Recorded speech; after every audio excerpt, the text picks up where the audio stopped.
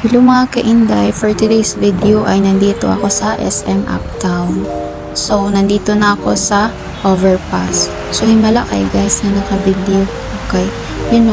So wala makaibalo na day ko'y phobia sa heights. So, maning view diri sa Uptown. So, pa-down ako diri guys.